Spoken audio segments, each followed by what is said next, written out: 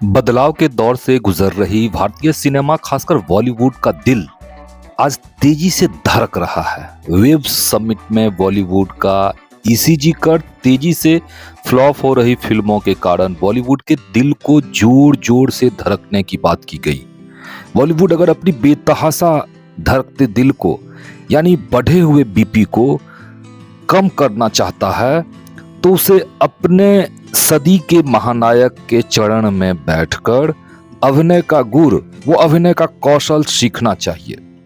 सदी का महानायक जो जीवित हैं और आज जीवन के शाम में पहुंच चुके हैं। सदी के महानायक के रूप में 3 प्रमुख नाम को आइए शामिल करते हैं।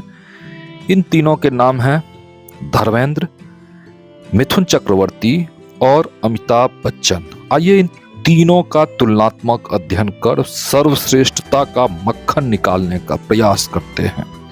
हालांकि यहाँ पर यह स्पष्ट कर देना आवश्यक है कि बॉलीवुड के ये तीनों नायक नहीं, महानायक हैं। सच तो यह है कि मिथुन दा, धर्मेंद्र पाजी और बिग बी अमिताभ बच्चन बॉलीवुड के ऐसे केंद्र बिंदु हैं जिसकी परिक्रमा कर ही सफल फिल्म का मार्ग प्रशस्त आज भी होता है। हालांकि आप सब इन तीनों में से किसी न किसी के कट्टर प्रशंसक अवश्य होंगे। ऐसी स्थिति में कट्टर प्रशंसकों के पास स्वस्थ मूल्यांकन की अभिक्षमता ही नहीं होती है। अतः आपसे विनम्र आग्रह है कि तर्क के धरातल पर ही तीनों का विश्लेषण व संश्लेषण करने का आइए प्रयास करते हैं।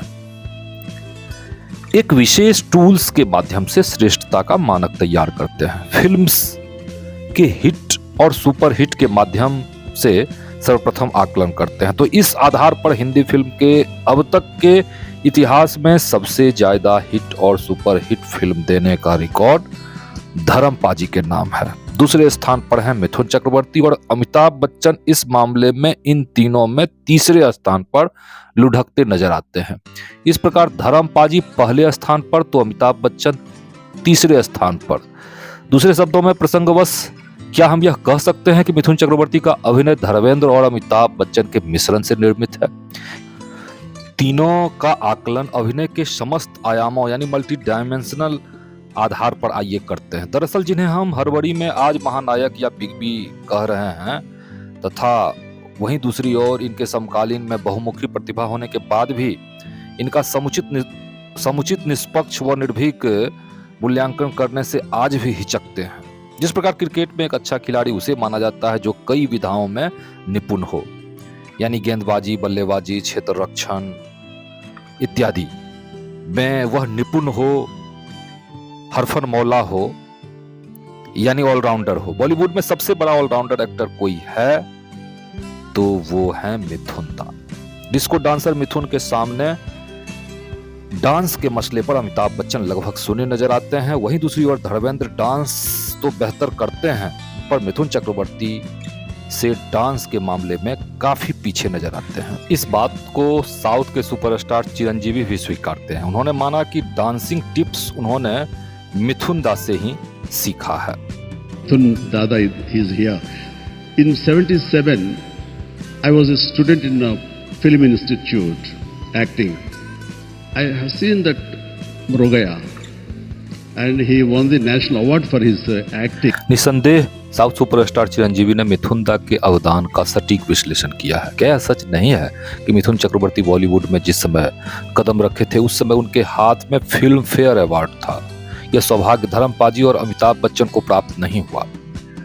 आरंभिक दौर में इन्हें काफी संघर्ष करना पड़ा। अमिताभ बच्चन ने काफी संघर्ष के बाद नायकत्व से महानायकत्व तक की यात्रा की। हालांकि अमिताभ को स्टार से सुपरस्टार बनाने में ही मैन धर्मेंद्र का बड़ा ही सराहनीय योगदान है। कालजयी फिल्म, शोले और चुपके चुपके को आप गौर से देखें तो धर्मेंद्र पाजी अभिनय में अमिताभ से 2 कदम आगे निकलते प्रतीत होते हैं। अमिताभ की सबसे बड़ी खासियत यह है कि अपने अभिनय को वे कठोर अनुशासन के मार्ग पर निखारते हैं।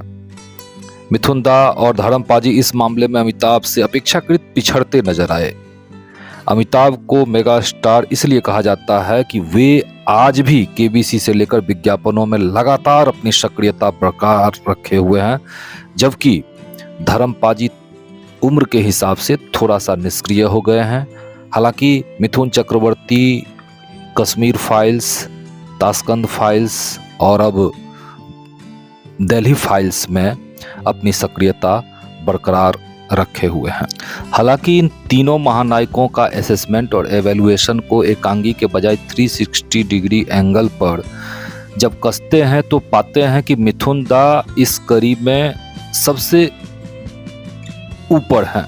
एक्शन, रोमांस और कॉमेडी में भले ही अमिताभ बच्चन और धर्मेंद्र मिथुन दा से कमतर नहीं हो, पर डांस और खलनायक के अभिनय में बिग बी और हीमैन धर्मेंद्र के प्रशंसक भी उन्हें मिथुन दा से कमतर ही मानेंगे। हालांकि धर्मेंद्र और अमिताभ को मिथुन दा से कमतर बनाना हमारा उद्देश्य कतई नहीं है, पर मिथुन दा को संकीर्णता के निर्मम डोर में बांधकर उनके अवदान को कमतर बताने की परंपरा पर अब पूर्ण विराम लगना चाहिए। साथ ही हीमैन धर्मेंद्र को अविलंब दादा साहब फाल्के पुरस्कार मिलना उनके अवदान का सच्चा मूल्यांकन होगा।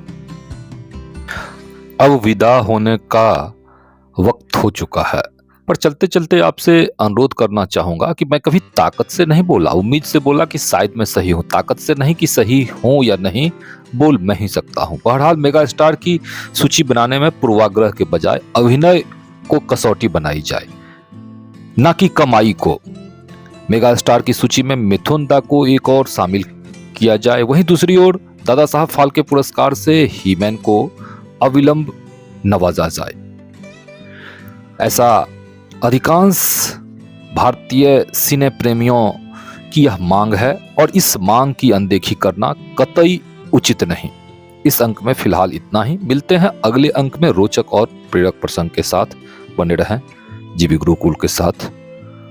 ओम शांति।